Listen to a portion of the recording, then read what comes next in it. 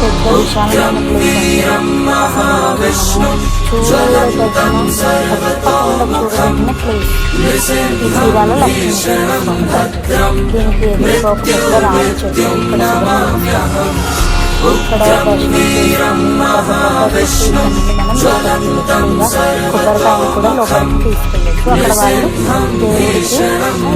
వాళ్ళు దేవుడికి సమర్పిస్తారు. ఇలా మంచిగా దర్శనం చేసుకొని చుట్టూ సుబ్రహ్మణ్య స్వామిని దర్శనం చేసుకొని అక్కడ నుండి ముందుకు నడుచుకుంటూ వెళ్తే అక్కడ ఒక మంచి తాబేలు చిన్నది ఉంటుంది. తాబేళ్ళన్నీ ఇందులో వేస్తారు.